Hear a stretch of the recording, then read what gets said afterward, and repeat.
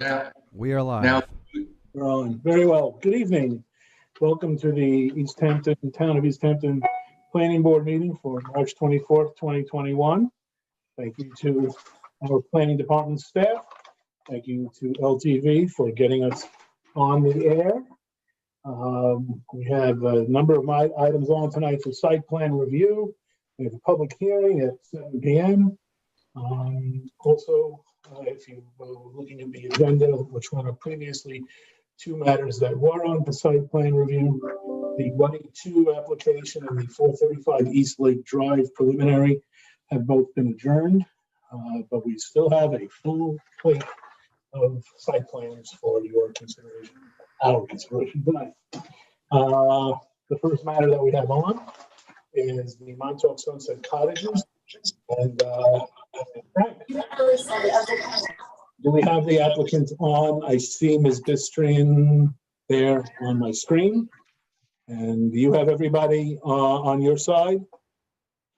Brittany? I do. It's Tiffany and I this evening. We're both here. Very well. Okay, in that case, Montauk Sunset Cottages, Brian Frank will lead the discussion. Go ahead, Brian. Sam, I see Dr. Dempsey's on. That might be early for the medical application. Oh, yeah, okay, we'll be getting to that one in a little while, sir. Okay. Mike, do you want to let in the iPhone, just see who it is? Sure. Right now? Yeah, that's fine.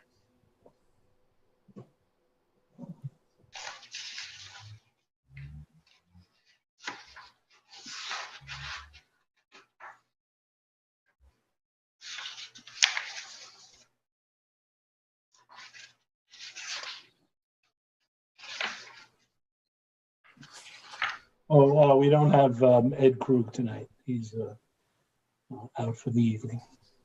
Excuse me, so there is a person in the Zoom call named iPhone. Could you identify yourself, please? I think it's Melissa Principe. I think I'm on with Dr. Dempsey's. Is that me? Oh, I'm on Melissa Principe. Yep. No, we have somebody. We have an actual visual image of somebody named iPhone connecting to audio now. Thank you. Okay. Well, they're not with the current application, so why don't we go forward? All right, I'll hide them for now. Thanks very much. Brian, go ahead. Good evening, Mr. Chairman, board members, Brian Frank from the Planning Department. I'm going to start sharing my screen where I have the aerial photo of the Montauk Sunset Cottages property available. The board may recall this is a property at the southern portion of East Lake Drive. It's improved with a combination of conforming and non-conforming uses.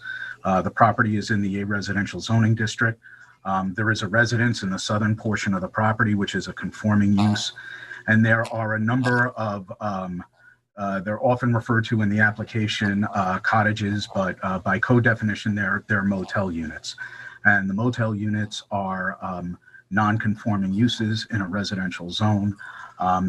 The property is entitled to retain and reconstruct and rehabilitate those uses without expanding that non-conformity. This application, as the board may recall, proposes the demolition of the existing residence, the construction of a new roughly 6,400 square foot two-story residence. Swimming pool is proposed to the west of the residence. And then all of the motel units were initially proposed to be reconstructed. There are 13 units in all. Some of them are, in some cases, there are 2 units in one building, and a majority of them are freestanding. They were proposed to be reconstructed in place and kind. The application also has proposed a dock in the northern portion of the property, and the reconstruction of a number of coastal structures along the shoreline, including a timber groin and a timber bulkhead. The application was discussed by the planning board back in July of last year, at which time there was a discussion about relocating some of the cottages. As the board recalls, the property to the north is owned by the town, and there are freshwater wetlands on it. They're in the form of a swamp and a stream. They're a little bit altered because there is a cleared access that provides pedestrian access down to the shoreline of Lake Montauk, but it is pretty wet. There's standing water in there. There's actually flowing water that flows underneath East Lake Drive and discharges along the shoreline just about at the northern property line. The applicant was receptive to the idea of relocating some of the structures that were closest to the wetlands. Some of the other issues that were identified in the the initial review of the application were formalizing some of the parking arrangements, the submission of a lighting plan, submission of landscaping, and providing, well, I think that's it in the big picture. The applicant responded with a submission in late November that includes a new survey, some revised building plans, a lighting plan, and a landscaping plan. I have all of those available to bring up upon request. I'm going to switch over to the survey right now just because it's one of the easier documents on one page that shows everything that's proposed. But if any of the board members want anything else up, or the applicant wants something up in their presentation, just say so, please.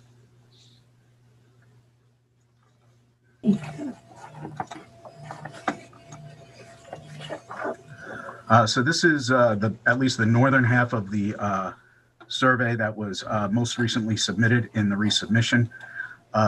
The three buildings that are closest to the northern property line are proposed to be shifted to the south to improve the wetland setback a little bit. These two units are proposed to be shifted nominally, and the most substantial shift is in what was labeled Cottage 4 and 5. That's one of the double unit buildings. That is the structure that's closest to the northern property line. It's very non-conforming to wetland setbacks as well as side yard and pyramid setbacks. That unit or that combined, those units are proposed to be attached to Cottage 2, which would turn this into one larger structure, and it does reduce the setback to the shoreline a little bit. The issue of whether the building should be that large or should remain separate is really something that the planning board should offer an opinion on. The planning department's strongest opinion is the discouragement of reducing setbacks to the coastline. It's already non-conforming.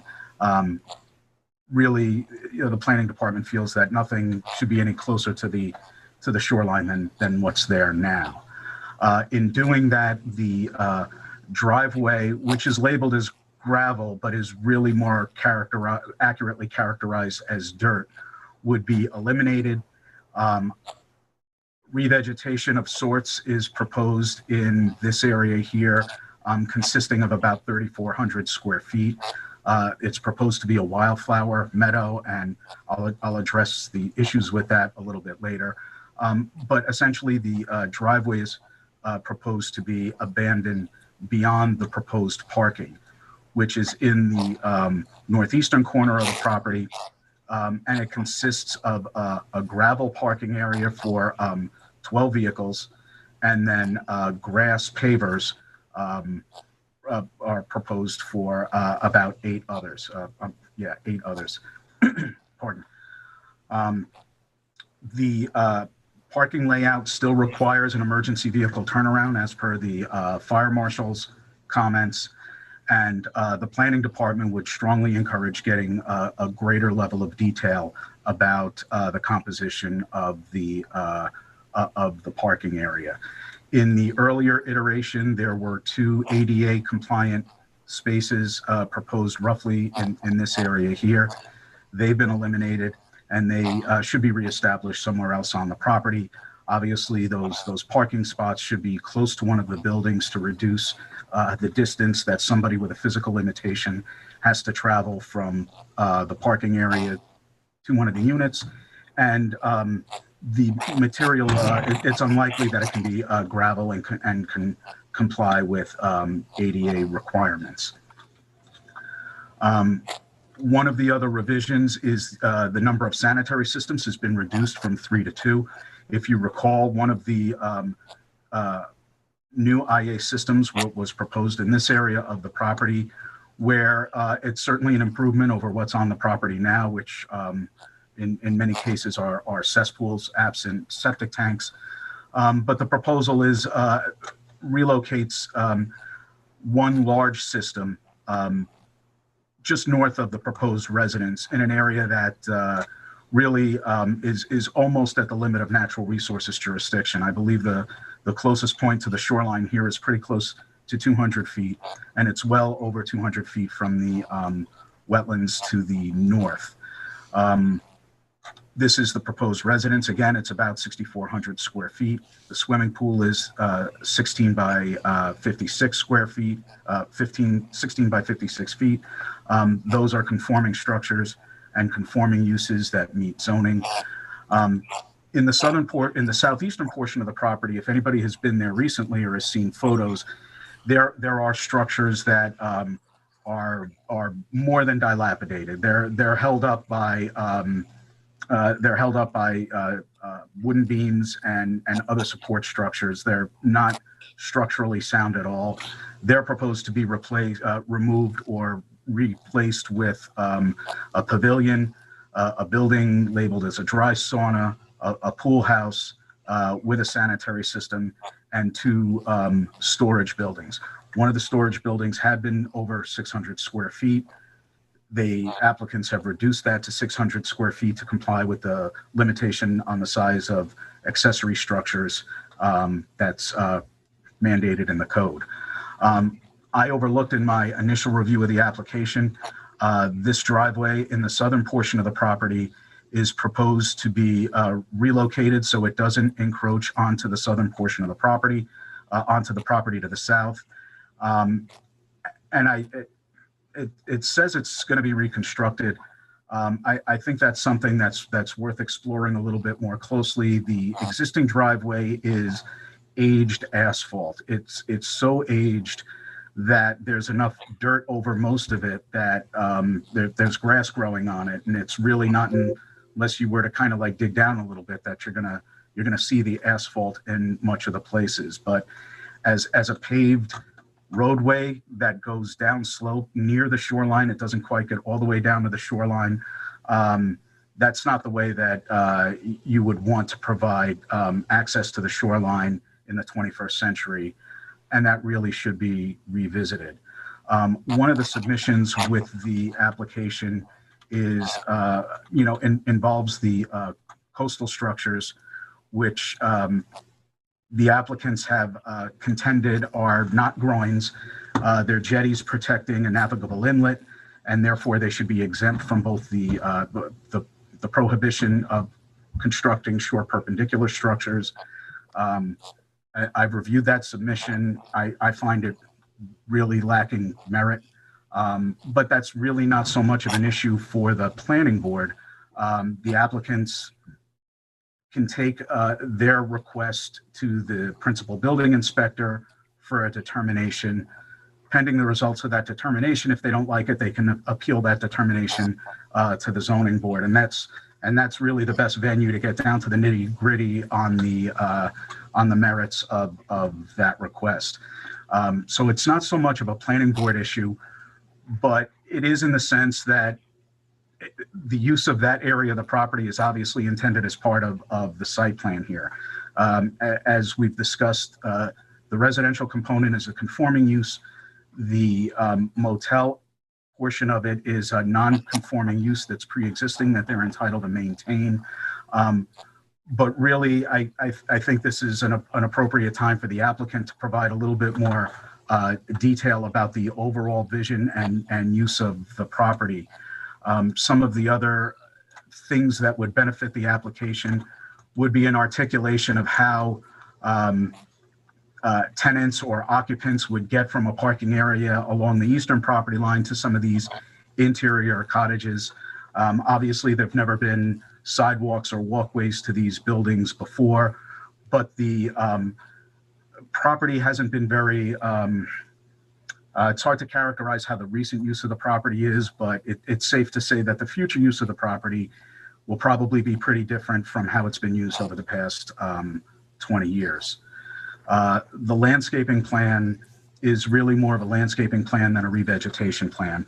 A wildflower meadow mix is not an acceptable revegetation, either as a wetland buffer to the north or in some of the areas along the shoreline there. It's a shoreline. It's basically a flower garden, and that's not what revegetation is. The property is very non-conforming to the clearing restrictions. It's more than 350% beyond what would be allowed, the clearing would be allowed. I don't think there's any realistic intent to try to bring them to what the clearing restrictions of harbor protection would allow here. Revegetation would benefit the property. We have freshwater wetlands that pass along the pass near the property to the north. We have tidal wetlands along the shoreline. We have steep slopes along the shoreline. There is a place for revegetation here, but there's revegetation and there's landscaping. There are a number of native shrubs that are proposed that would constitute revegetation, and that plan, those locations need to be a little bit more clearly identified, as well as the spacing that's proposed. That's a much better way to assess the adequacy of coverage rather than the numbers that have been provided on the plan. There are also areas that will need to be cleared, and that should be a little bit more clearly identified as well. The lighting plan has been submitted. There is a fair amount of detail on there. There is some information that still should be provided, including the manufacturer's cut sheets. And there are some heights of some of the fixtures that are a little bit inconsistent with the planning department guidelines. Some of the downlighting for the trees are proposed at a height of 16 to 20 feet, where 12 is the recommended maximum. It's providing the manufacturer specs would demonstrate whether those lightings, which are usually pivoting spotlights, are really fully cut off. And the lighting level needs to be a little bit more detailed for the uplighting to show that it's compliant with the exterior guideline for tree uplighting.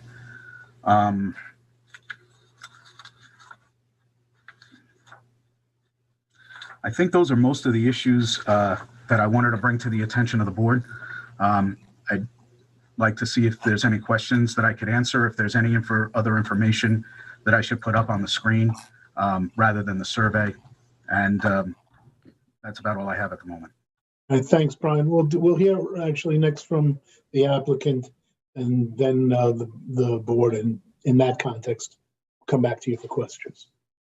Okay, so Ms. Bistrian, are you there? Yes. There you are. Okay, the floor is yours. Good evening, Chairman Kramer, members of the board. I'm Britton Bistrian, representing Montauk Sunset Cottages LLC, and I'm joined by land use attorney Tiffany Scarlato. This is a second review of a proposed revitalization of a 3.8 acre parcel on the east side of Lake Montauk, which has been operating and in existence from at least 1950, if not much earlier. Known as the Bridgeford Cottages, the property was a destination resort for water activities such as boating, water skiing, etc. when it was first opened. It's improved with 11 cottages containing 13 units and a single family residence, which is separate, and was used into the resort owner until our clients purchased it in late 2017. As Brian noted, the project was initially reviewed on July 8th, and this resubmittal was to address the comments of the board and the planning department memo. I think the best plan of action is to just go in the same order as Brian hit on the items as organized in the memo. The first is our discussion about the relocation of the cottages. If we could scroll up on the screen, I think that would be helpful because these are the northernmost. If you see starting at the lake, the first cottage on the west is what we call cottage 4-5. Can you close your door? Is that for me? The first cottage on the west is cottage 4-5. The next cottage to the east is 12 and cottage 11. Those were the 3 units at the previous board review that were, I believe our understanding from that was that the wetland that Brian illustrated at the north was a pretty valuable one and more valuable than clearing at that point, because we had said we didn't want to move anything because we didn't want to cause additional clearing in native areas. And what we heard out of that meeting was shift them to the south as much as you can and propose, you know, a robust revegetation plan to balance that additional clearing. When we looked at that, there are, and unfortunately they're not on this survey, but there are some pretty mature trees. It is shown on the site plan if you want to reference that, but I'd rather stay on the survey for now. But if the board members have the site plan by AML Architecture, you can see there's a very significant maple tree that's, you know, like a very crowning element. So it really impedes moving 11 and 12 significantly. We did find we could move 4 or 5, and because the fire code requires a separation between the cottages, it wasn't significant until we put them together. If the board has a problem with them being together, we'll move it back, or we'll, you know, but what we were trying to do was trying to address the comments, get away from the wetland at the north, and we moved those 3 structures as much as feasible to the south as we could within the constraints.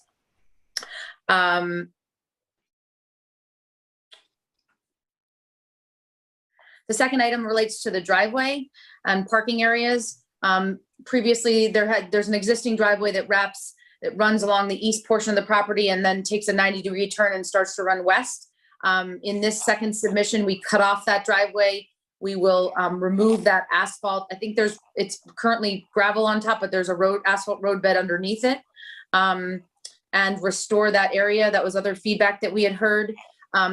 I believe there's just a bit of a, if you look at cottage 7, there's a handicapped walkway delineated that ends between 2 parking spaces.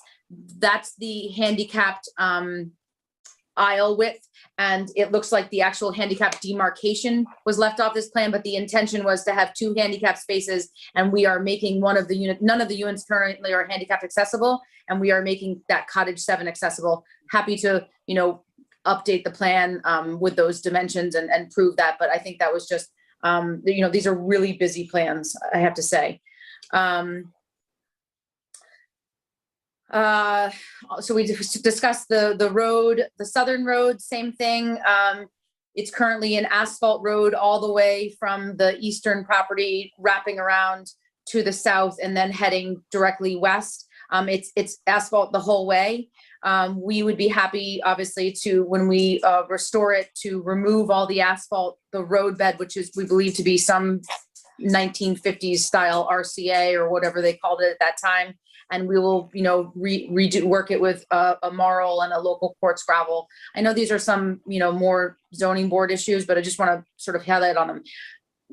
The sole purpose of that road is the function of the property and always has been. It was for boat launching, for maritime activities. And this property is going to continue and restore those boating, paddle boarding, and doesn't want to, you know, lose the ability to access the water by road as it has been. Ryan, can you highlight where, I know you're in control. We have to move down. Yeah, if you would, and just run the cursor where it is that they're talking. Okay, thanks very much. All right, thank you. As for the revegetation plan, this was the first submittal with that. So we heard Brian's comments, and we have a very good, probably the best landscaper on board, Summer Hills, and we will work with the planning department to amend that plan to clearly delineate what's proposed to be revegetated and also change the species to something that's more acceptable to the planning department. As for the coastal structures, unfortunately, the way that this works with the planning board, you know, we got this memo on Monday. We aren't able between Monday and Wednesday afternoon to really get good commentary, good robust commentary on that. But we will absolutely handle that with First Coastal, our coastal consultant. We've also engaged two other additional consultants who know more about maritime coastal work. And in our next submission, you'll see that. We may also seek consult of Anne, as Brian suggested, but I'd like to sort of kick that discussion down the curb a little bit so we can wrap our heads around Brian's comments and respond intelligently about it.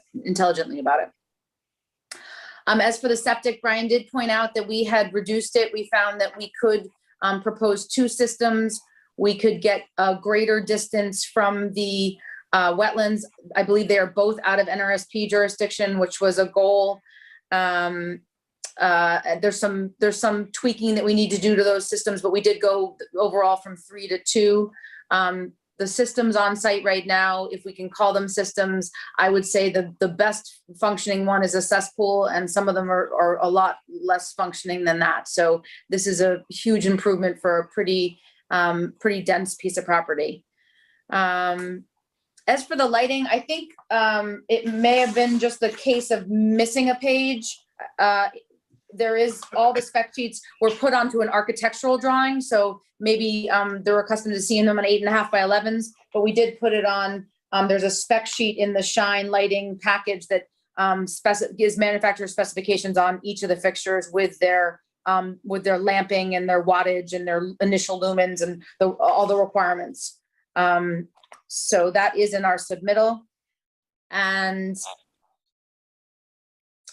I guess in summation, we took this second round of comments, we've distributed them to our consultants.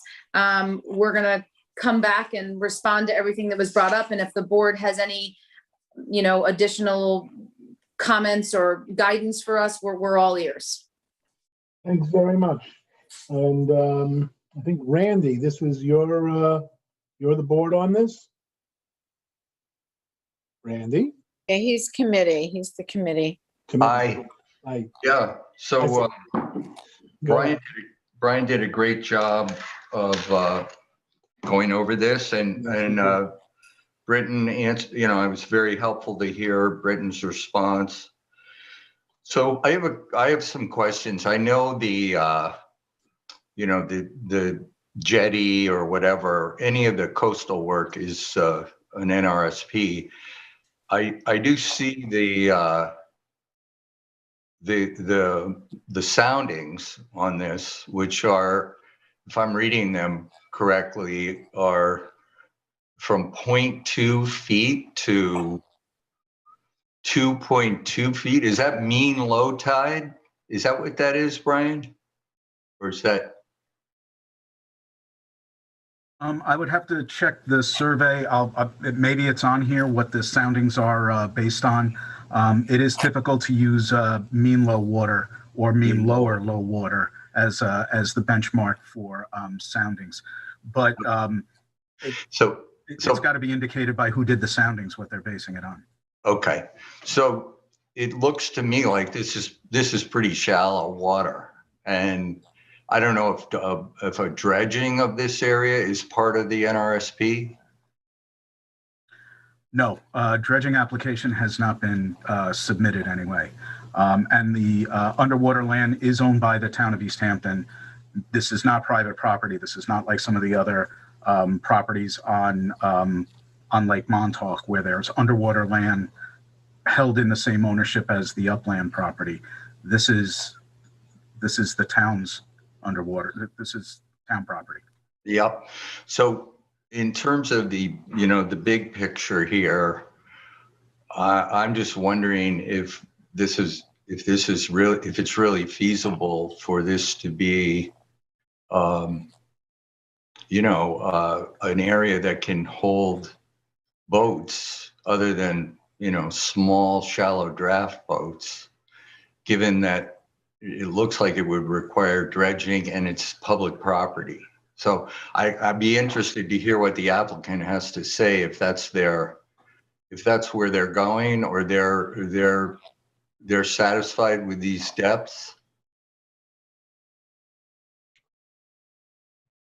I don't know if you're waiting for.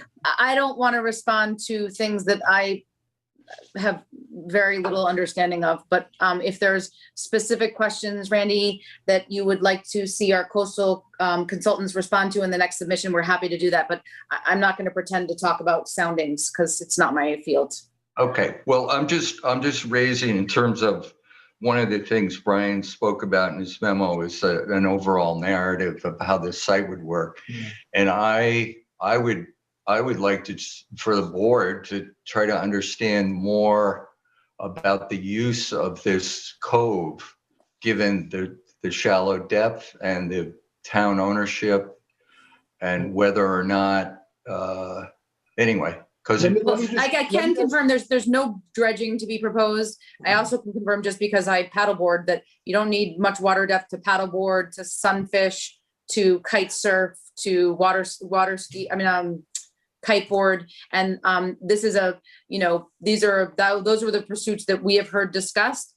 Not necessarily ferry boats or boats that draw, but less engineless boats. But I will include that in the narrative in the resubmittal. Yeah, thank you. That was what I was going to say. If you look at the question, the narrative question only related to structures.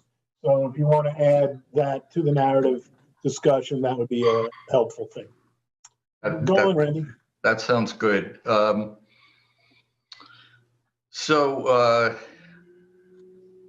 minor detail, but First Coastal has the Village of Southampton tax map number on their good catch on their map.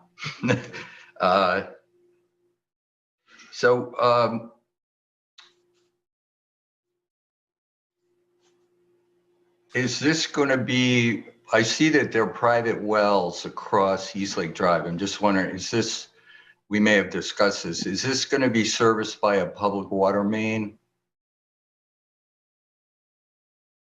Yes, there's public water. Okay.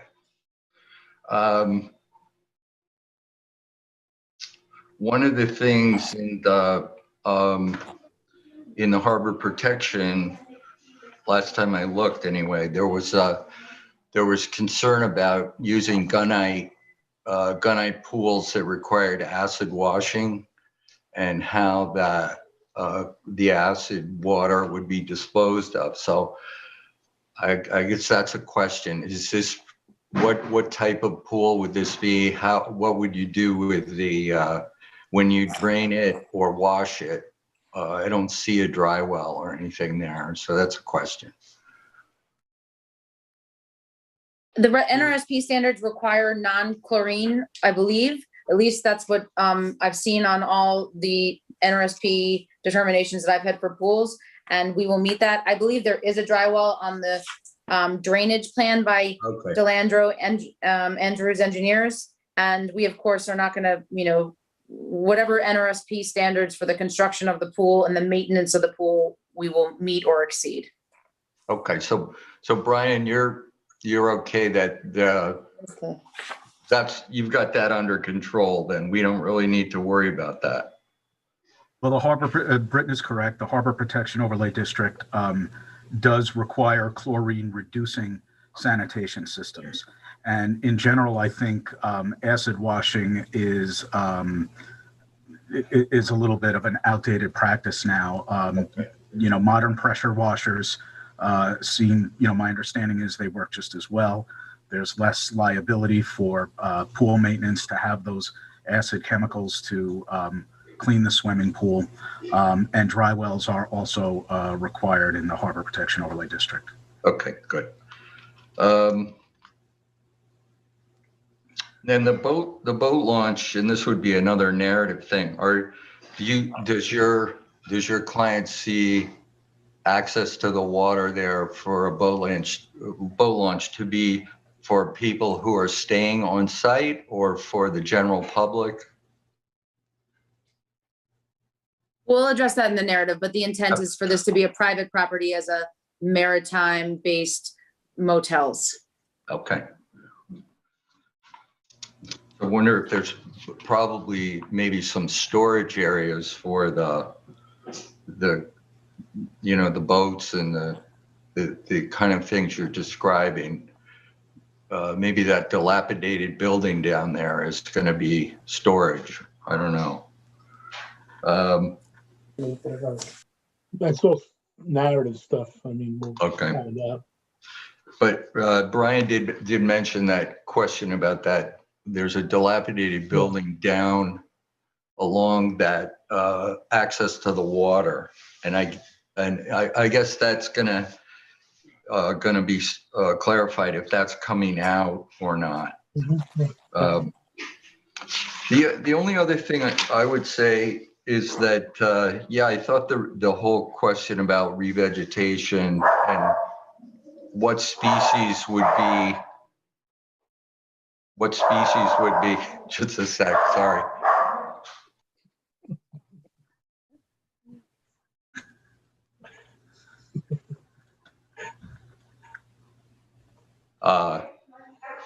What type of I mean, it really looks like there's a great opportunity here for maybe some more re-veg to get closer to the current standards for a property this close to Lake Montauk. And we know we have some issues in the south end of the lake. Anything that would prevent runoff of either silt or fertilizer or pesticide into the lake. I don't know if your applicant is willing to commit to a certain type of maintenance, but certainly having more native vegetation there that doesn't need irrigation or fertilizer or pesticide, but happy there, that would be great. I mean, I would love to see us get closer to, well, we're not going to get to the current standards, but get closer to them. And then also we need to see how people are going to get around. Well, is the clearing pre-existing? If the clearing's pre-existing, Brian or the applicant can, confirm that, but I don't know what we can do more than that. I mean, I'm curious. Well, there is, yeah. If you look at historic aerials of this property, if you look at a 1950s aerial, the entire property was completely cleared of native vegetation. It was all just rolling lawn. So what has revegetated in the last 70 years has been, I guess Brian would speak to this better, but secondary growth. Our intent is to enhance the native species on the property. We don't really need pathways because it's all a big open site, and I would welcome the board members to visit it if they haven't, because we don't want to litter this site with walkways. We obviously are doing it for the handicapped cottage, but otherwise the beauty of the site is sort of these, undulating terrain, and we're going to augment it with revegetation. But it is legally, it was in Brian's memo. I think it's 350% more clearing than would be something like that. But we are reducing that, and we will respond with greater reduction in our next submission. Yeah, I think in terms of environmental impact, that's great, Britton. I mean, and the landscapers you guys have, but you can really do beautiful things on rolling terrain with low native species that would it would look great, and it would be great for the lake. So it's a win-win. Okay. Very well. Does anybody have any comments? So I think because Randy covered, between Randy and Brian, we covered just about everything there is to cover, I think. But if anybody... I have a question for Brian. I just need a little more clarity on his suggestion with regard to not creating that triple cottage and keeping it separate and not moving it exactly where the applicant is suggesting. Can you just talk in a little bit more detail as to how you would prefer to see those cottages moved and where? Well, I think the planning department's biggest concern is not reducing the setbacks to the shoreline, which the deck, reconfiguring cottage 4-5 so that the deck is on the west side instead of the south side does that. It is closer to the shoreline what's there. And that's something that the planning department would discourage. Whether the building is one building with 3 units is a little bit more of a planning board issue. I don't know that there's a real substantive difference if there's a 5 or 10 foot separation between those buildings. You're not getting a huge buffer from the relocation of the other 2 cottages anyway. So if the planning board feels that there's less mass near the shoreline by having 2 smaller structures than 1 larger structures, there's still an opportunity to improve the environmental conditions along the northern property line with a better re-veg. I think that's the extent of the planning department's concern. And again, whether it's one larger or remain 2 separate is a little bit more discretionary on the part of the planning board. As long as the nonconformity is not being increased, the size isn't being increased, and that didn't appear to be the case. But Relative to that and to the other units 4 and 5 and unit 2, the question number 2 on our list of questions is something that we should probably go around the table and give the applicant a sense of where we are on that. So I have a question. We'll do that after we do our questions, but bear that in mind as we go through this. Go ahead, Kathy. Well, I'm sorry, Kathy. Lou, did you have anything else, or did that cover everything on your side? Well, I did have a question about the sanitary system. There's no information about flow rates. Whether does the planning department have any information from the applicant or know of the flow rates that are attached to these systems that they're proposing, whether they're adequate to service these cottages, this kind of density and on this property? I didn't see anything in the report, so I was just wondering if that was looked at all. It's on the I'm sorry, I almost said the architectural plan. There is a revised sanitary plan from Delandro Andrews that does have the flow calculations and the density loads, and I can take a closer look at it. But it does. I had looked at it pretty closely in the initial review, and the numbers haven't changed because the sizes haven't changed. I think I could be mistaken, but the biggest difference is the addition of a 2,500 gallon septic tank for the Sen 14 Fuji system, the larger Fuji system. So Brian, to Lou's point, usually now we get what the current health department permitted flow is on a site of this size. I think Britain said it was 3.8 acres, and what their existing non-conforming flow is, just so we have an idea of the difference. Could I just address that? If you look at drawing C2 by Delandro Andrews, we have both the allowable site density, the existing density, and the proposed density, which is actually a reduction on the existing. Okay, which one is that, Britain? C2?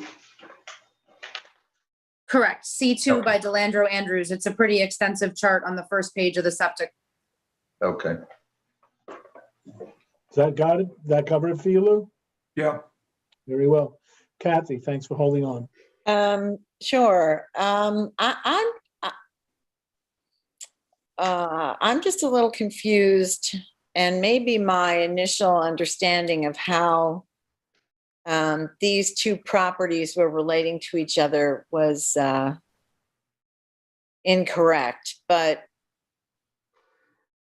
if this is residentially zoned properties, and one of them has these cottages on it, and one of them has a single family residence. And if the single family residence is going to be improved, there's another cottage on there. Okay, I forgot the property line. So there's, let me just understand the relationship of the single family residence to the whole business here, and the pool and the sauna. I mean, is this just going to be one big? Is that going to be more like a hotel unit, the single family residence? Let me just address the property issue. the owner came to this board, your board, and came for a subdivision to create 2 lots. The board had a lot of back and forth with the applicant, and the net result was that the subdivision was not approved or filed. For whatever reason, there was a deed that was filed that created 2 tax maps in the county, but in a legal subdivision in the town. So the lot is, because they were held in common ownership, even if it had, it's 1 lot. And once we get through this process, we will also be deeding it, getting a new tax map and putting a new deed in to recreate 1 lot in the county. But the cottages and the house have always all been on 1 lot, and this was more of a hiccup. And if there's something legal that Thomas and Tiffany want to talk about, I'll step back, but that's my vague understanding. All right, that helps a little bit, but I'm still unclear about how the single family residence, what its role in the, in the goals for this is, if it's, Well, this was a standard, I mean, I can think of another example on the south shore of the lake. There usually was a main residence for the operator of the property, and they rented the cottages. That's the historic use here and the future use. This is the future use of our clients to run these cottages and live in the main house. Okay, I see. But so then the pool and the other amenities are meant for the use of the main house, or are they all part of the whole recreation option for the cottages too? No, those are residential additions that's why they're physically related to their main residence. Yeah, no, I get that, but it's I can't, I don't know what the plan is for using it. If it's, because if on the lot where the residence is going to be, you're planning to have access to the maritime uses of the lake, it just seems like I get it now a little better. That makes a little better sense to me. Thank you. Does anyone have any other questions or comments? Because I think we should, I think it's not worthwhile. I think we need to go around the table, starting with Sharon. Do you mind, Sam, Mr. Chairman, do you mind if I make one comment just about the shoreline? I want to follow up on something that Randy and Britton had commented on. It is pretty obvious that the depths offshore are on the town-owned underwater land are shallow. I also want to be clear here that there is no pre-existing marina use associated with this property. Britton is correct. You don't need a lot of water to launch a paddleboard. You also don't need a road to launch a paddleboard or small non-motorized watercraft, kayaks, canoes, kite surfing, even a rowboat. You don't necessarily need a paved road that doesn't even quite get all the way down to the shoreline, which is what's on the property right now. For those of you that haven't had an opportunity to walk the property, I'd encourage you to do so that you can see what's there. And I do think that these are things that really need to be kind of fleshed out in both the applicant's narrative and there are issues with the proposal for the dock that I find significant. I haven't brought them up here because this application has a lot of moving parts right now, but this is a can that really shouldn't be kicked much farther down the road than now. This is really the time to address that. What's the applicant's plan for those structures? I'm going to tell you right now that their reconstruction is prohibited by the town code. I know the applicants don't share that opinion. I respect that. But it's time to do something with that.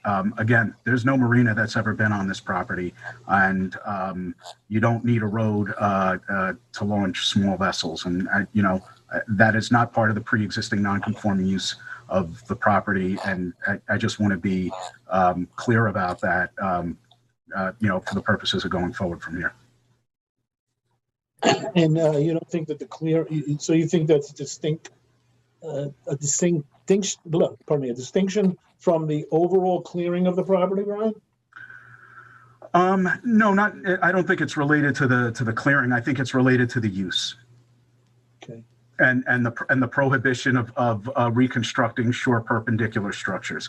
Again, I think calling this a navigable inlet, and therefore they're eligible to be rebuilt, and they're not subject to that restriction on shore perpendicular structures. I don't think there's a lot of there, but I think that's independent of the clearing. There are issues about construction access and what would be done and the adequacy of the plans, but I don't know that that's a weedy issue that the planning board wants to get into so much right now. Yeah, I was about to say that it does. Did you just say a weedy issue? Because that's about where I would. Yeah, that's a good metaphor. I think that it's something that the next time the application is before us, I don't know if the next time, but it sounds like it should be. The next time it's before us, we should start to chew on that weed to take it a little further. So let me run the table and start with Sharon and ask if you all take a look at number 2. Is the board satisfied with the relocate? I'm sorry, I'm a little over all the place. I'm going to skip number 1 because it sounds like where the applicant is going to give us a narrative, and that narrative is going to be broader even than the question. So I don't think we need to cover that. But question number 2, is the board satisfied with the relocations of units 11 and 12? And does the board agree with combining units 4 and 5 with unit 2? And are the new tidal, wetland, and bluff crest setbacks acceptable? So that's a mouthful. Sharon, if you would. Yeah, I mean, I just think we need to be clear. I do think that they should probably move that deck and try not to get any closer to the coast than they already are. And I can't remember which numbers that was, but there was definitely, I don't think I have a problem with the unification of the units as long as they're staying with the same density. But just getting it so that it doesn't get any closer to the wetland than whatever exists right now. Before we go further, Brian, if you don't mind, would you just point out, because we have the photo, the overhead photo, can you just point out which units 11 and 12 are and which 4/5 and 2 are, so that we all know what we're talking about? I think it was a deck. I think it was a deck that was getting closer, right? Yeah. Well, this is combined unit 4/5, and this is unit 2, and this is where these would be brought together into one structure. Okay. Britton can correct me if I get them backwards, but I think these are no, this isn't 11 and 12, is it? I need a cheat sheet. I'm sorry. You're our cheat sheet. Come on. If you start at the west, it's 4, 5, 11, 12 Okay. going to the east, and 4, 5 shifts down to the south. And before we get too far with not getting closer to the coastline, it's a 4-foot shift, and it just was to facilitate the floor plan. I'm sure we can work out not getting 4 feet closer, so we don't have to really get too discussing about that because we're happy to accommodate that. Great. All That's right, great. fine. Then we can just concentrate on whether we're satisfied with the relocation of 11 and 12. Okay, so Sharon, what was your? Yeah, no, I think, I think the relocation is fine. I don't think, they moved away from that wetland, and I imagine that things are getting tight in there, so I'm okay with that. Very good. Randy, just so we're clear. Yeah, I think the combination of if they're going to put those 3 units together, but Britain thinks they cannot get closer to the bluff setback. The only other question was the mass. Do we want to try to break up the mass of those 3 buildings together? I don't really see how. I would just leave that to them and their architect. Well, that's what they said. They'll work with the planning department on that. It's with Brian on that. But the thing is, on 11, we need to give them some guidance on 11 and 12. So 11 and 12 look fine to me, especially with that road behind them. It's going to be revegetated, right? Between those units and the wetland. So I think Yeah. that's a plus, that whole situation. Okay, Kathy? Yeah, I agree. I think the massing is something to consider, but I'm grateful to the applicant for their, consideration of the wetlands and the bluff crest there. I think that that's very workable. And I would just make a recommendation that perhaps they work with natural resources on some of the revegetation plan, because this is an HPOD, and if we, I recognize it's pre-existing non-conforming, but I think that the applicants are expressing a desire to be, environmentally sensitive with this stuff by, responding to these suggestions. So I'm grateful for that and hope that they'll consult with natural resources on a re-veg plan. Very good, thank you. Ian? Yeah, I have no problem with merging 4, 5, and 2 together. And in fact, I think the code encourages units in the same building, at least in resort zones. So I don't have a problem with that. And I think that Britain explained 11 and 12, they're moving as much as they can while preserving the trees. And of course, they've already agreed, but I'm happy to hear it, that they're not going to reduce setbacks in any direction. Great. And then Lou? Lou, you there? Is Lou muted? Okay, I'm here. There you go. Yeah, I agree. 11 and 12, Lou. Yeah, I think that's a good idea. I think it's a good idea, and I'm glad Britain's agreed to move the deck. I think they can still get the water view if they move it south instead of keeping it west. So I'm in agreement with all of that. Very good, and I'll make it unanimous.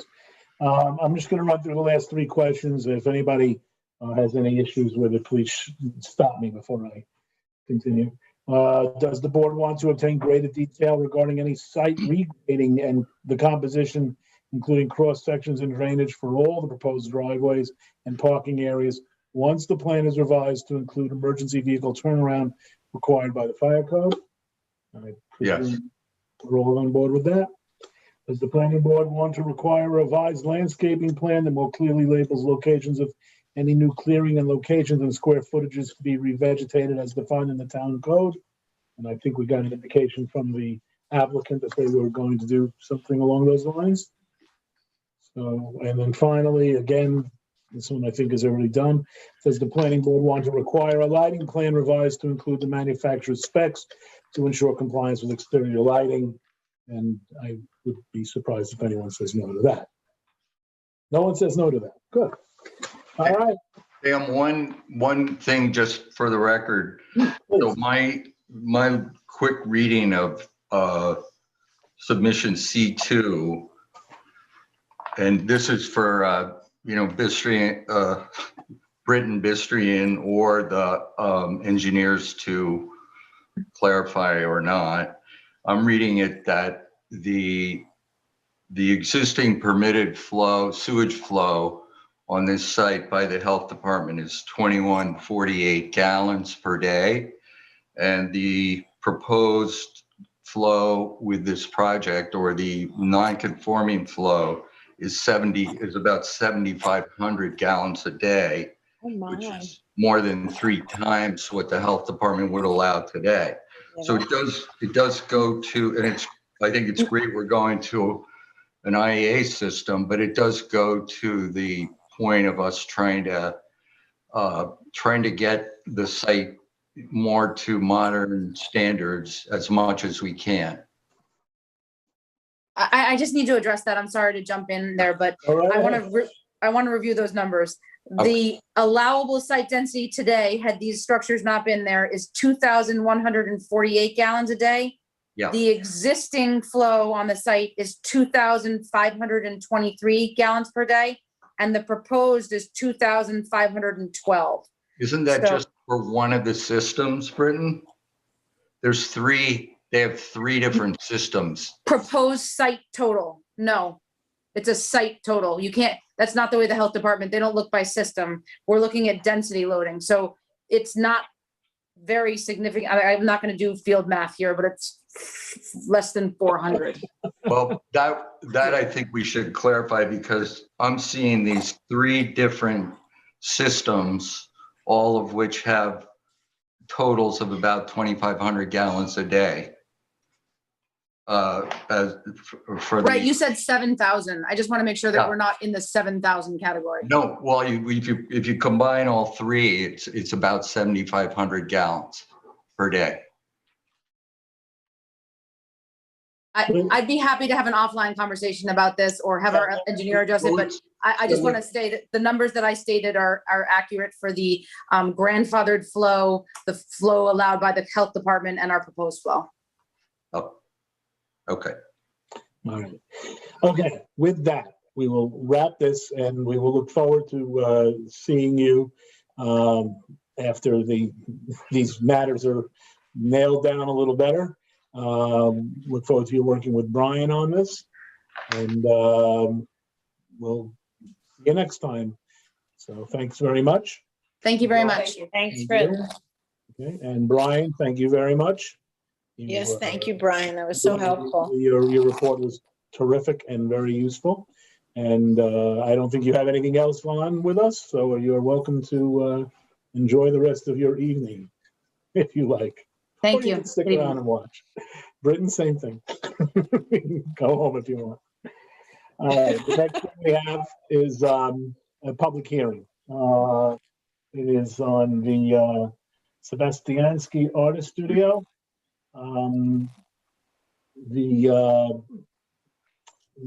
This is Marco is the planning department on this, and Lou, this is yours. So I guess we need Lou to read it in. Let me make sure. Does the applicant is the applicant here on? Sam, the applicant's joining as we speak. Just a second. Very well.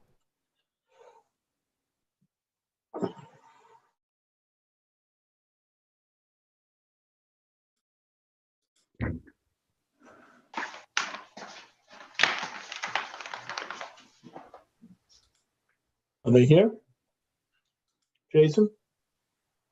It's Mike, Sam. Yes, they are. I'm sorry, yeah, I was about to have say. them start their video. Just a second. Okay, thanks very much.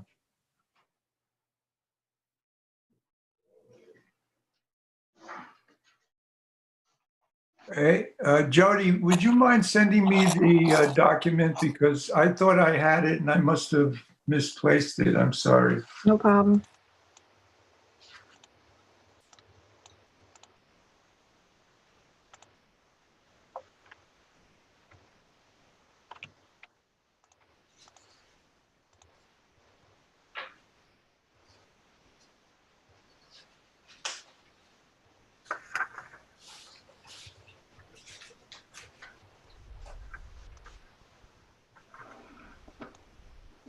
Mr. Chairman, I've asked them, I'm clicking what I have to do to ask them to start the video and start their audio, and that's not happening. They're in the meeting.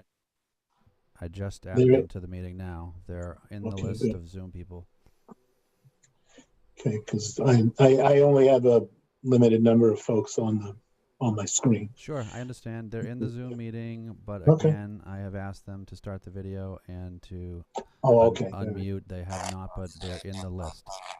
All right. Well, let's let Michael, Lou. I'm sorry, Michael. Let's let Lou, if he has it. Lou, do you have the? Yes, I have it. Why don't you start reading, because it'll take a couple of moments, and Okay. they'll be on by then. So go ahead. So, Thomas, I read the entire document? Yes, yeah, go ahead and read it. So. All right, notice is hereby given that a public hearing will be held before the East Hampton Town Planning Board on Wednesday, March 24th, 2021 at 7 p.m. or as soon thereafter as this matter may be heard to consider said application. The public hearing will be held electronically by video and teleconferencing and will be televised on local TV, LTV channel 22, and available for live stream on the LTV website, ltveh.org. The public shall not be permitted to appear in person, but may comment by telephone by calling 351-888-6331. A transcript of the hearing will also be posted to the town's website after the hearing. and the hearing shall remain open until April 23rd, 2021, or within 1 week of posting of the transcript on the town's website, whichever is later, for the purpose of receiving written comments.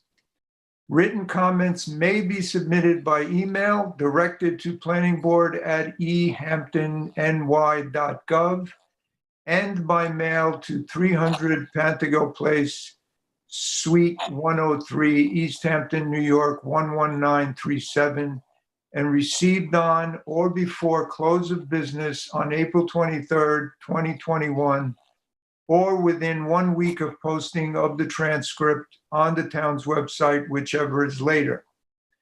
The public hearing will be held to consider the application of John Sebastianski, Artist Studio, approval pursuant to Article 11 of Chapter 255 of the East Hampton Town Code to construct a 20-foot by 30-foot, 600-square-foot artist studio on an existing residential parcel. The artist studio is proposed to include a lower level with 600 square feet of workspace and an estimated 240 square feet for a storage loft. The property contains 200,001 square feet, 4.5914 acres, and is located on the west side of Merchants Path, Wainscott, and is situated in a A5 residence zoning district as shown on the official zoning map of the town of East Hampton, and is identified on the Suffolk County tax map as parcel number 300, that's 300-155-1-8.5, 140 Merchants Path. The John Sebastianski Artist Studio file is available for inspection at the Planning Board Office, Suite 103, 300 Pantago Place, East Hampton, New York. This notice is dated February 24th, 2021, and Samuel Kramer is the chairman of the Planning Board. Thank you. Okay. And Thomas, how are we for jurisdiction on this? I've read the affidavit of service and posting, and I find that the service has been adequate. Very good. And Marco, if you'd like to give us a little background on this. Yeah, this is a parcel that's located actually it's right next to the border for the town of Southampton in Wainscott. It is going to involve minimal clearing to make space for a proposed artist studio. There is a sink that's associated with it that will be hooked up to the sanitary system. There's a loft area. It meets all the requirements the dimensional requirements that are for the artist studio as defined in the town code. And that's generally about it. Very good. Does the applicant have anything they want to impart at this point?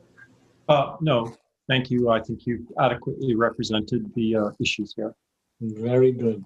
Okay, so Michael, is there anybody on the waiting list? No, Mr. Chairman. No, there are no callers on the phone right now. Okay, then consistent with our policy during these Zoom meetings, we will keep the record open for written comment for 30 days. The public hearing is not closed, but the spoken portion is. I should just let the applicant know that we did get one letter that's in the file now, which has been circulated among the board. And again, in 30 days, the record will be closed. So thank you very much for being here. And thank you. Thank you all for participating. We will now go back to our work session. And the next matter on the plate is the Smart Store. Is Smart Store the next one? Yes, Smart Store is the next one. And that one, Randy, you're also on that. And I guess, Joanne, you're going to take over in place of Eric. So go right ahead. All right. Oh, I'm sorry, before you go, is the applicant, I see Mr. Kirst, is this Yes, your, I am. Thank you. it's your application? Yes, sir. Do you have anybody else who's with you on this? No, just me. Very well. Okay. In that case, Joanne, go right ahead. Okay, this is a modification request. The planning board granted special permit approval or site plan special permit approval in June of 2019 to remove an existing 8,000 square foot building shown here on the site. The property is on Learned Hands Court off of Stephen Hands Path. And the proposal was to build 2 new mini storage buildings, one 10,200 square feet and one 20,400 square feet. The applicants proposed to alter the first floor elevations of the building in order to accommodate fire safety apparatus, namely sprinklers, in the basements. It's noted that building 1 was approved as a 1-story building and building 2 is a 2-story building. The proposed modification doesn't alter the height of either building or affect the pyramid law. They also amended to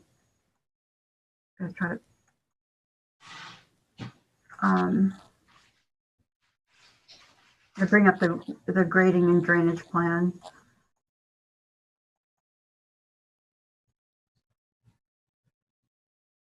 Okay.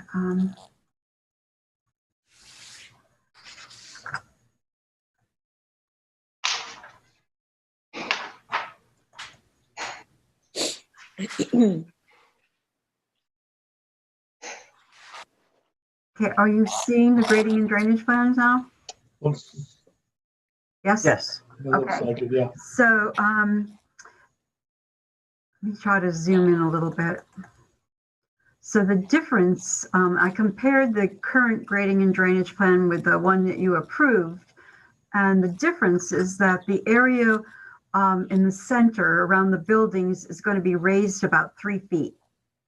And then there's a retaining wall that's going around the perimeter of the area that with the pavement. And there was one additional drainage pool added above at the entrance to the driveway. So that's the changes. In reviewing that, I wondered how that would affect clearing. So I went back and I looked at what's called the landscaping plan, and the lot is proposed to be entirely cleared, and maybe it largely is now. But I noticed that something that was overlooked in the initial review, and that there's large areas of zebra grass, which is Miscanthus sinensis, that's proposed to be used as grasses in areas of it. And that we have discouraged in other areas because it's highly invasive. And I look to see, I can go back to the site plan. This is located near the Buckskill open space area. So there's large green areas. If this were maybe in the middle of a really intensely developed area where it's not likely to spread, maybe it might be all right to approve it, but it's near large areas of open space that we would not want to see that invaded by this grass. Right. So I would suggest that maybe as a condition of the modification that we require that they submit a landscaping plan that's revised to eliminate that grass type. And if they would do that, they wouldn't have to come back to the board. We could review it administratively. So other than that, the modification request appears to be complete. Very well. Okay. If the applicant, wants to address that issue that Joanne just raised, that'd be helpful, I'm sure. Go right ahead. Maybe I'm just missing. Where does it call out zebra grass, Joanne, if you don't? It's on a plan approved with the initial site plan approval. It's not on this one. There's no landscaping proposed listed on this application. It was just I picked up on the fact that it was something that was overlooked when I was reviewing comparing the grading and drainage plan to what was being proposed in terms of clearing and landscaping. It's the plan is A1.1. Okay. Dated January 3rd, 2019.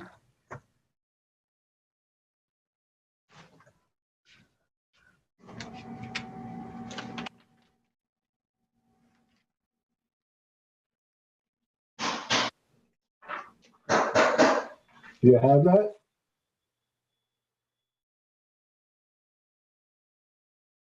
David, do you have that? I'm trying to find it.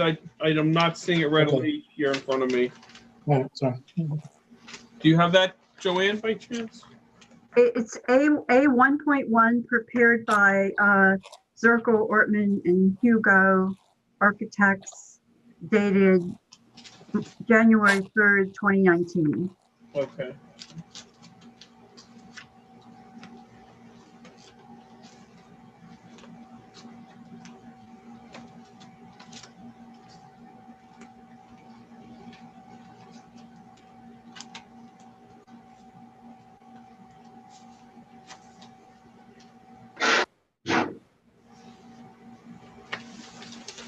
And now that's in around the parking areas. Is that where that's proposed? And I know the backside, the east side of the property is scenic easement and is pines. It's proposed in the northerly corner in the triangle. Okay. And then it's proposed in the triangle to the that would be to the southeast. There are two areas where it's proposed. Is there something else that that you would recommend that we can just agree to at this point instead of having to? I think you could just eliminate it, or we can come up with something else for you to put in. I don't think that the plan would have to come back to the planning board just for that substitution or elimination. So we can talk tomorrow. I'd be agreeable to just saying we can just eliminate the zebra grass. Huckleberry. Huckleberry. You could do blueberry or huckleberry, yeah. You'll have your chance, right? But right now you've got three types of grasses in those areas. You've got feather grass, purple fountain grass, and the zebra grass. So those areas are both. I'd say we'd be agreeable to eliminate the zebra grass and use more of the other two grasses. Okay. Okay. All right. Well, we appreciate that. Again, the only reason I'm even moving the point along is just because really the only thing we have is, getting this application ready for approval. So, again, yes, and my client is in the same vein. So I'm sorry, Dave. I said my client's in the same position, wanting to move that forward. So I don't have an issue saying we'll eliminate that zebra grass and use more of the other two grasses. Okay. Again, I appreciate that. Again, don't want to spring this on you like that, but it does come up. So, all right. I think unless you have anything else you want to add. No, I think Joanne. I'll just quickly, Joanne has summarized it pretty well. We're not violating pyramid. We're not violating height. We're same exact building, same exact locations, just slightly higher to provide headroom in the lower level for mechanicals, particularly sprinklers. Okay, very well. In that case, Randy, we have just not know. Gotta know if we're ready for approval. So I'm trying to get clear now on what actually is changing. It says the first floor elevation. So you're moving the first floor down? Is that what's going on? No. Both buildings, the entire buildings are going to be higher than originally proposed. The first floor elevation originally proposed was 21.2, and now it's up to 24.2. Okay.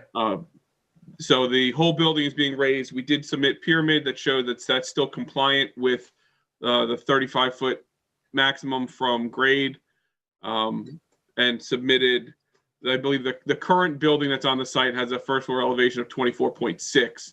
So this isn't, oh, yep, there you can see it there.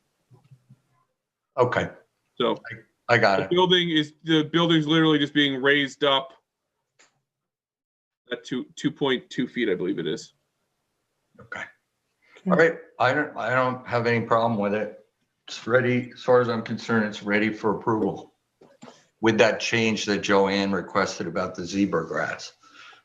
Okay, does anybody disagree that this is ready for approval? Anyone on the board? How about, do we agree? Well, okay, I'll do it that way. Do we all agree that this application is ready for approval? Yes, Yes. Calls and yeses will with work. the suggested changes, and good catch, Joanne. Yeah. Okay, I didn't hear a yes out of Ian yet. No, I said yes, but I'll say it again. Yes. I want a harumph. Okay, very good.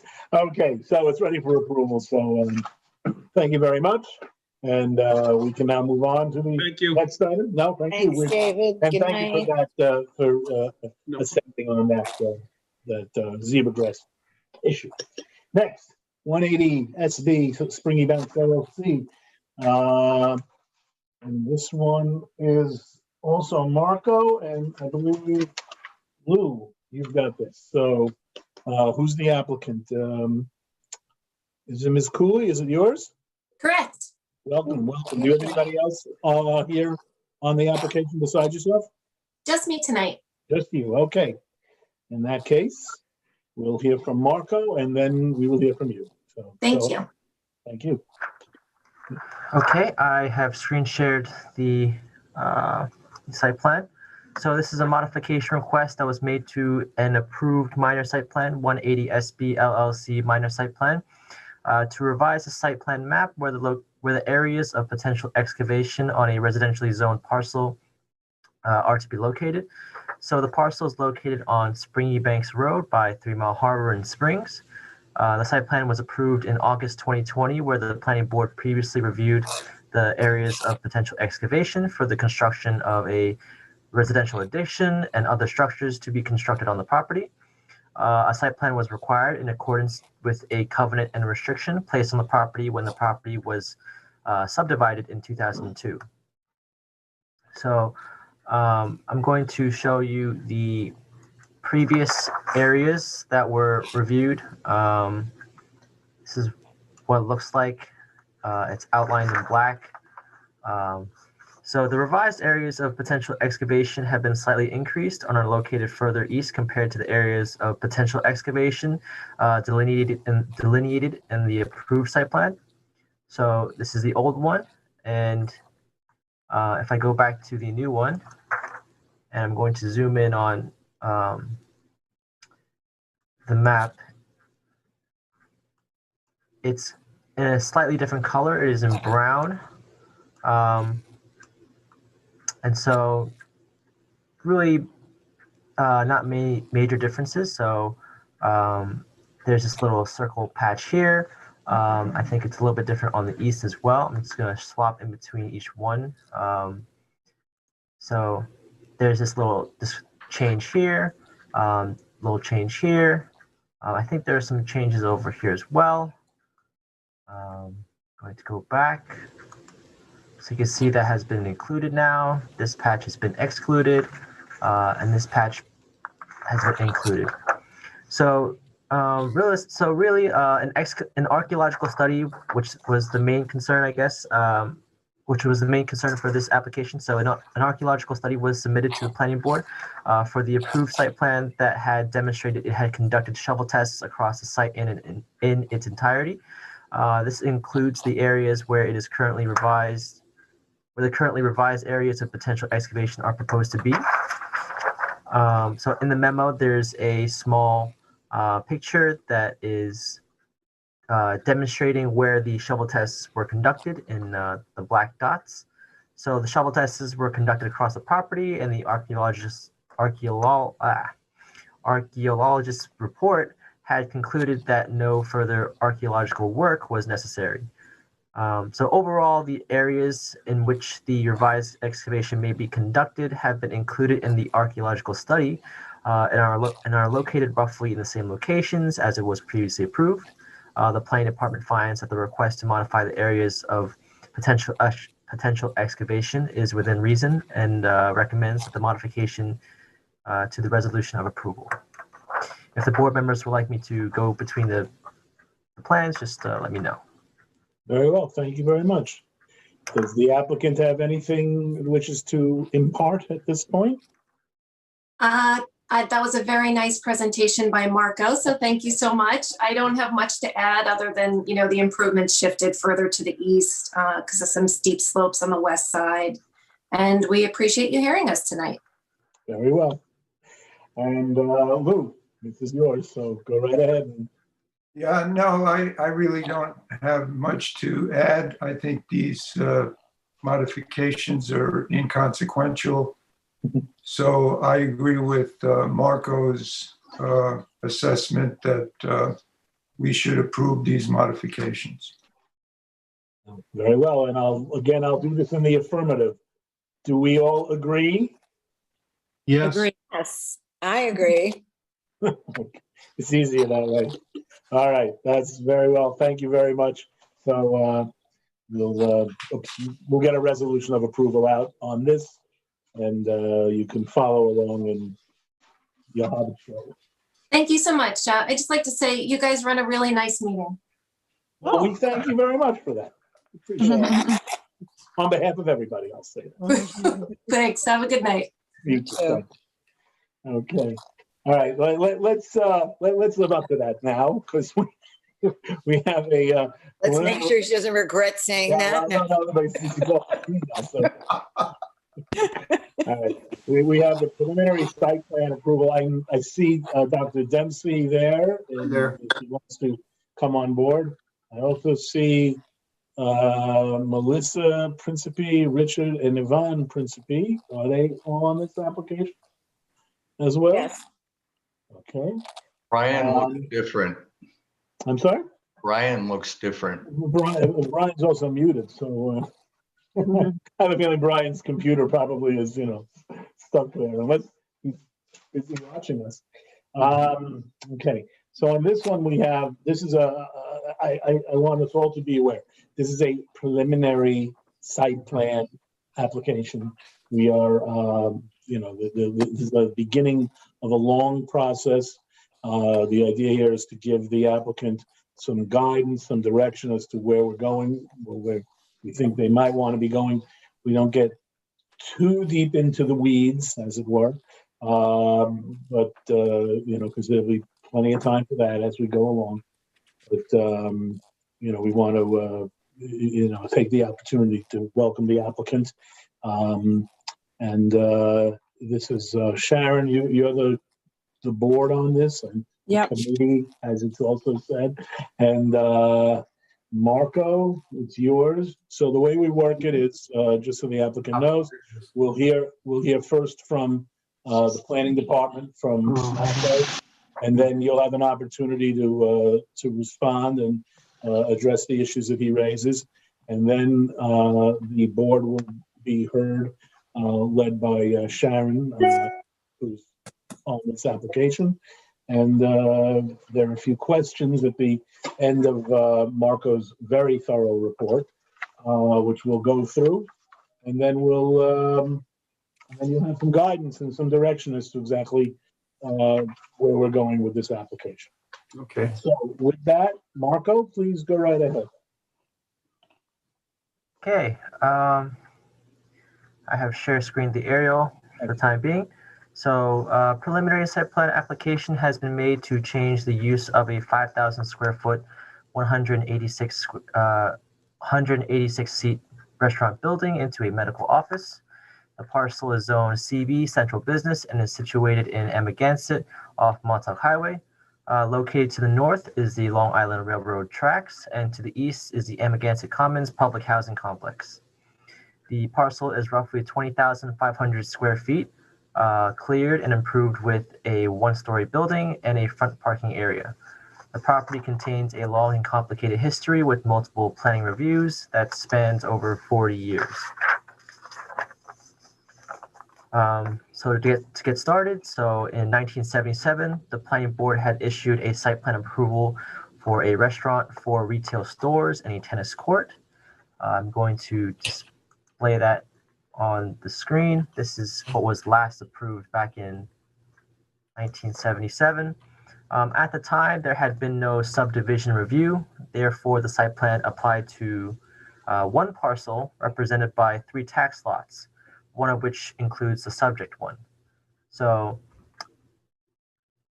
if I'm going to actually show you an aerial actually of what that kind of means, is that this is the one parcel that I had highlighted earlier, but the previous site plan had included what is listed here as 523 Montauk Highway and 519 Montauk Highway. So this entire parcel here. So at the time, there had been no subdivision review, so therefore the site plan applied to one parcel represented by 3 tax lots, of which one includes the subject one. So a condition of the planning board's approval included expanded parking, which is shown on their site plan. So the site plan is including all 3 of those 3 tax lots. So this was to include expanded parking as shown on the site plan behind the restaurant, among others. So in 1978, a CO was issued for the restaurant. However, the retail stores, the tennis court, and the expanded parking were never built, as you could have seen, as you've seen in the aerial, the current aerials. So the restaurant was to be provided 41 spaces, where only 24 were constructed. And in 1997, a memorandum was issued to then Chief Building Inspector Frederick Sellers from then Deputy Town Attorney Richard E. Whalen, stating that the 1977 site plan approval is no longer valid for those improvements not already completed. So the planning department notes that the subject parcel is not considered by the town to be a separate parcel, but rather as part of a larger lot, including the parcel to the left and to the right. 1977. So as part of a larger lot, including the parcel to the left and to the right, as shown on their 1977 site plan approval, which is the left and the right here. So afterwards, a subdivision approval was granted by the planning board in 1981 and in 1983 to divide the lot into a total of 3 parcels, which is kind of how it's split up with these red markers delineating the Suffolk County tax map lines. However, various conditions of their final approval were never met in accordance with the approvals granted, and therefore the subdivisions are considered void. Such conditions were covenants from the Suffolk County Planning Commission, which were not filed or completed, and a large lot easement to be granted to the town, which was also not completed and is in the ZBA and is detailed in the ZBA determination that's also attached to the memo. So in addition, since the time of the site plan and subdivision approvals, additional clearing and grading was conducted on the premises that will require site plan review and approval from the planning board. So the history of the lot has been discussed in greater detail in a zoning board of appeals application detailing a determination of the building inspector filed in 2016, which is attached to the memo. If we were to look at the aerials, this is from 2020. And if I were to go back to, say, 2004, you can see this entire rear portion was still vegetated, had trees on there, and same thing for this left side. And by 2010, this was pretty much cleared at some point. So the applicant has proposed to renovate the interior of the existing restaurant building to be a medical office. A medical office is defined under the town code's definition as a semi-public facility and will need special permit approval from the planning board in ACB central business zoning. Given the history of the subject parcel, the planning department's evaluation will be based upon the 3 parcels as a single lot. Although the use is special permitted, areas of further analysis include a formal parking layout and addressing the prior issues discussed, including the existing clearing and use on the property. The parking layout for the lot, the 3 parcels together, is unique in that it is a parking area connected to the neighboring parcels' parking areas to the west. As you can see here, there's no fencing here that blocks these in between. As far as I can see, it kind of blends together in some regards, in some respects. But regardless, the number of required spaces should be less with the proposed medical office use compared to the existing restaurant use. The parking requirement for a medical clinic is defined in the town code as 1 space per 40 square feet of waiting area, plus 1 space per employee. It is unclear from the building plans how much square footage is dedicated towards the waiting area. I'm just going to put up the floor plan. It is roughly estimated that the reception area is about 420 square feet and would require 11 spaces plus 1 space per employee. There are no lines delineating spaces, and it appears that the parcel could fit at least 24 spaces in the front of the lot based upon the parking layout from 1977. Upon formal site plan review, a dimensional parking layout and parking calculations should be provided to the planning board to ensure that there are enough parking spaces available.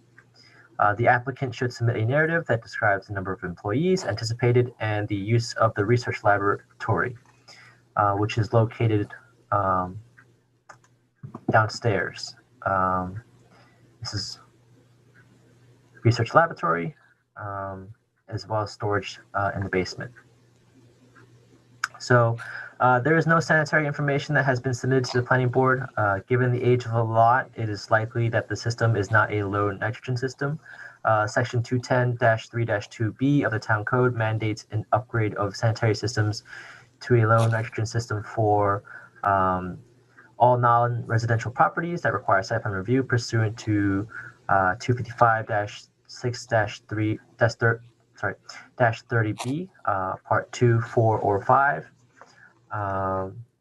So the relevant ones here would be any change from one category of permitted or special permit use listed in the use tables to another listed category of permitted use, if such use increases site parking requirements or requires approval of the wastewater disposal system by the Suffolk County Department of Health Services, or part 4, which is any other activity or land use which increases the occupancy limits of the building or increases site parking requirements. It does not appear that the change in use would trigger an upgrade to the sanitary system. However, the applicant should refer to the Suffolk County Department of Health Services, since the change of the use is to a less water-intensive use. The applicant is encouraged to install an IA low nitrogen system, septic system, given the age of the lot. The planning department notes that there are potential rebates and subsidies offered by the town and Suffolk County to encourage the installation of new septic systems. A site plan should be provided that depicts the existing sanitary system. The application is a preliminary site plan. However, upon formal site plan review, any exterior changes to the building will require approval from the Architectural Review Board. The project is a Type 2 action pursuant to SECRA and Chapter 128 of the Town Code. In conclusion, the true representation of the size of the parcel is complicated by the parcel's history, as it was discussed in the memo. The preliminary application for a change of use to a semi-public facility is specially permitted, but will need further evaluation regarding parking, sanitary, and the site's existing conditions. The planning department notes that the boundaries of the preliminary site plan should be based upon what is recognized by the town. Very well. Well, Marco, as I say, thank you for a very thorough report. The applicant, as I say, has an opportunity now to respond and to give us such additional information as they'd like. So I don't know who among you is going to be speaking, but Hopefully you've picked somebody already. The applicant? Doctor? So I know Dr. Dempsey's on. This is Melissa Principe. Right. I don't think we have any. Dr. Dempsey, did you want to say anything? This is just obviously our preliminary application. Yeah, I think I think we'll hold off for now. Listen, you're not under any obligation to say anything. Yeah. You have the opportunity. So before I turn it over to the board, so if you don't have anything, then we'll take it away. Yeah, regarding the specifics, I don't have anything. It's more of the concept will come later, I guess. Yeah. Okay. Well, you're at the beginning of beginning of the road here, so you'll catch on as we go, I'm sure. All right, Sharon, it's yours. Go ahead. So I don't have a problem with the general concept of what they're trying to do here. It looks like they've kept their site on that one piece. So I guess my question was, are they treating this as a subdivided type, lot? I went and walked around today, and there's definitely storage type things going on the property. And, I think they would need to address, there's like, whatever you would pull on trucks, but they're not truck heads. Anyway, a lot of storage, and there's gravel, and there's some landscaping things piled up in the back. So I guess to me, the actual medical building is not really an issue. They obviously have to, tell us how the parking is going to work and how much reception area they have, and so we can work out the details. But,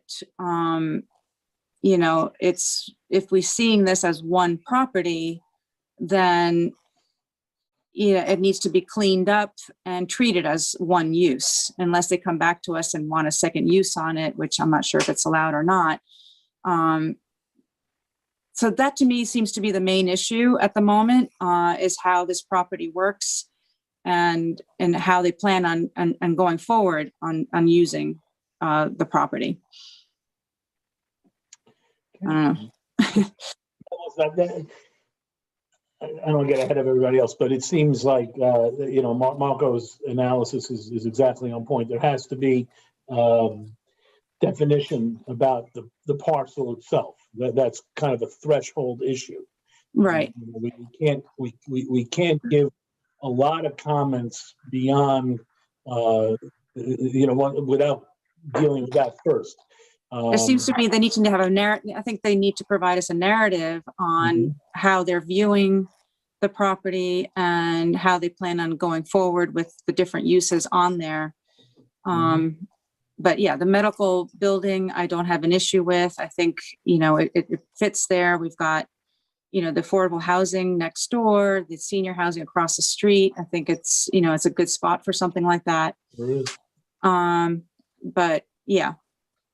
Yeah, that was my impression about the, it's a good spot for a medical office building. I would say. Yeah. Let me just ask: does anyone else on the board have anything they want to bring up right now? Yeah, I do, Sam. I do too. Right ahead. I just wanted to bring to the board, the attention of the board, the fact that I think this property has a large capacity cesspool, which would mandate that they put in a new IA system.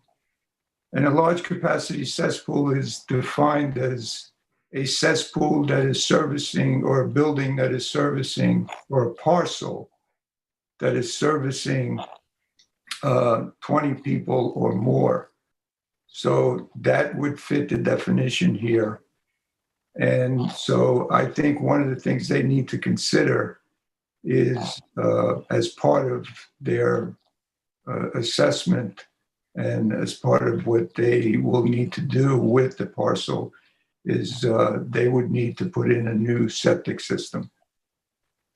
Yeah, I think they're going to have to go to the health department anyways, and I Well, agree. it's And I agree with Lou. I mean, I think I would encourage them to upgrade the system. You know, they've got, there's grants in place for that and everything else. Marco's memo indicated that that would be required. So Marco, I think, mentioned that it was not required. I thought it was an upgrade would be required.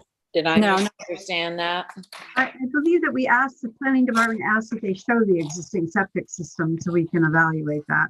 When they come in. Right, it says there is no sanitary information that has been submitted to the planning board. Given the age of the lot, it is likely that the system is not a low nitrogen system.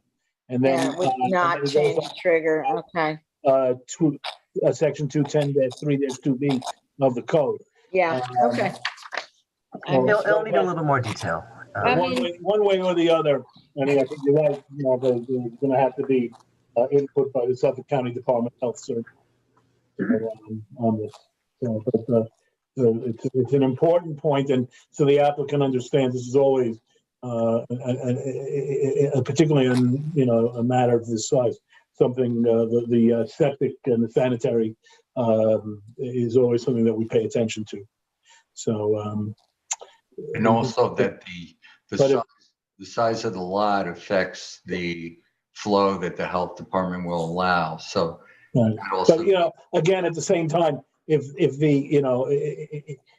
we as the board have to be cognizant of what the town code allows, so or requires. But at the same time, there is another jurisdiction on this, so namely the Suffolk County Department of Health Services. So, all right. Was there anything else that anybody had? I had a question, and perhaps this could be addressed in a narrative. The research laboratory, I would just like to know what kind of, research is going on there.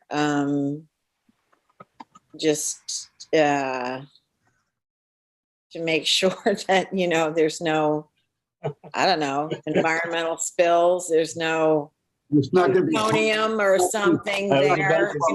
What science? What science fiction is running through your? Well, no, it's really just more. No, I'm not. I don't mean that in a. No, I'm kidding. No, it's a concept right now, and I'm not sure how much it's going to really follow through, to be honest. Okay. It's a concept that I have that I'm developing. Otherwise, it may just be a lab, just a general lab in a conference room down there. Right. I mean, that's all fine. And even a research laboratory is fine. I just think if there's, if the kind of research is being done, there's a densely populated residential community, just to the east of it. So we just want to make sure whatever is conducted there wouldn't be hazardous is all, It's not going to be test tubes and chemicals like that. It's something to facilitate research. And it would be basically like a regular lab, but it'd be doing specialized type of things that you don't get done when you go to Quest or LabCorp. The idea. Well, you could just include that in the narrative. That would be helpful. I was going to say, the applicant, I think that, given the fact that you're really starting with a blank slate here, a narrative, a pretty comprehensive one would be useful for us to appreciate. Not just on the parking issues and the division of the lot and whatever else you have in mind, but things like what Kathy's bringing out.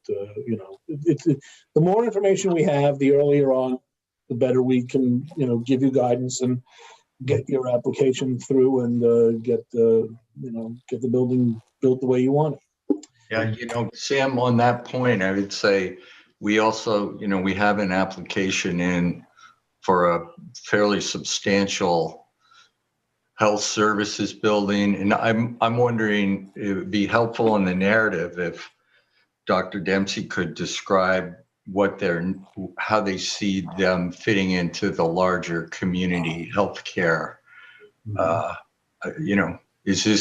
Would this be just basically a doctor's office? It's an alternative site for a solo practitioner. I saw there was a procedure room. I don't know if they're thinking of what kind of procedures they're talking about doing, all of those things. It's a pretty ambitious looking building, and I think it would be useful to have a sense of where they expect to go with it. It is a business. It is their, we're not going to tell them how to run their business or what to do in their business, but to get a sense, I think it's useful. So, okay, does anyone else have any comments, any other guidance they wish to provide to the applicant at this point? Yeah, I'd like to, Sam. Sam, go right ahead. Just because on these preliminary reviews, I think it's important that they hear from the board just to know, how to proceed. I pretty much agree with everybody else. I support the application. I think the application makes a lot of sense. Lots been talked about this property. I do think we should figure out whether the intention is to subdivide this as it appears. This is being treated as a separate parcel. We should get some clarity on that issue because it'll make a difference for the future. But as a general principle, I think a medical facility here makes a lot of sense. I think the parking is reduced. One comment I'll make is it's not clear from the aerial, but that the parking lot is actually separated from the neighboring property. And I remember that because it was a point of contention during a previous site plan with the neighboring property. So they are indeed separate, but I don't think that's problematic in any way. Yeah, you're right. I was there today. Separate. Yeah, that's correct. I'm sorry, one at a time, please. No, he's right. I was there today and it is separate. There's a fence or hedge there. The property line between the IGA and the fish market there, and, with the town considered one big parcel here, is in fact divided. But I don't think that affects anything. Again, I think that the medical facility here makes sense. It looks like a good plan. No problems whatsoever, except for we should just have clarity about the overall use of what the town is considering one parcel here, because it appears that it's being treated as three separate ones, and we should get clarity on that. Yeah, I agree with you, Ian. Okay, I think we've all been heard from on this. So I guess if we don't have anything else that we need to add, the only question that we had directed was, should the site's boundaries and prior history be addressed before further evaluation of the applicant's proposed change of use? And I think we're all pretty unanimous on that. I'm sure the applicant picked up on that. So I'll give the applicant the last word if they'd like, and then we can wrap this for now, and you'll work with Marco and move forward. Applicant? I think just the general issue is that my space where I am is not enough for me. That's one issue. The other part is, as you know, the population's doubled or tripled. There's a lot of people that are looking for medical care out here. The other issue is that my employees are having a great difficulty living here, and they're starting to move. They have been, and I think, as you know, this town has turned the corner. Our middle class is selling their homes, and the ones that are renting the homes they're renting are being sold, and they're leaving. So I'm trying to find a way to have space for someplace employees can stay instead of commuting 2 hours each way. So I'm trying to solve a lot of issues into one thing, and I haven't completely baked the cake yet, but I'm trying to solve a lot of problems. So I see there's a lot of expansion that's going to happen medically in this area. And as you said, the location's, really good where it is. And I'm looking at other entities that may be interested in working with me to do this. So I'm looking at something that's more integrated than just a private practice, and engaging other healthcare providers in the community to participate in this. I think, those are all the issues I'm trying to solve from my own practice. But I can assure you my own practice is, in terms of space and the doctors I'm hiring and working with, I can't fit it all in one place. So that's where I'm coming from, you could say. I used to work for a man who said those are the kind of problems you want to have. So. All right. I've been vaccinating all day in my office. Medicine's getting great. All right. Well, good for you. Thank you. I think we'll look forward to working with you on this. I think you're hearing a lot of positive feedback from the board. A good comprehensive narrative is be useful, and a more specific determination of what you want to do about the lot lines. That's probably, the numbers 1 and 2 on the list, not necessarily in that order. Yeah, well, the concept of single use, honestly, for me personally, I didn't realize how the history is. So this is, I'm getting it now. So. Yep. Okay. Well, all right. With that, we wish you luck, and we'll see you again. Yes, and thank you for all you're doing for us during this pandemic. Yeah. All right, Doctor and Mr. and Messrs. Principe, thank you very much. Okay. All right. We will now move into our regular meeting. We have, look at this, only one item. So I will do the board review. We have a board review on the application of Stephen Zukas. I hope I'm pronouncing that correctly. If I mispronounced it, my apologies. Properties at 21 Bayview Avenue in East Hampton. Section 2, map number 445, lots 179 to 188. Urban renewal parcel number 19, Suffolk County tax map 300-122-6-12, 13, and 14. The amount of the undertaking is $14,400. I have read the application, the board of review, I'm sorry, and it is acceptable. I move for its approval. Second. So, all those in favor? Aye. Aye. Any opposed? Hearing none, passed and carried, 6-0, with 1 absent. So, all right. With that, folks, we have reached the end of the meeting at 8:26 p.m. We on for next week, I think? No. No? Look at that. You're right, we're not. Okay, good. I would have been all alone. All right, so we'll see you all in weeks. And Motion to adjourn? Is there a second? Second. All those in favor? Aye. Aye. Okay. Good night, everybody. Thank you, LTV. Thank you, Thank you, Marco, LTV. Jody. Thank you, Diane. Jody.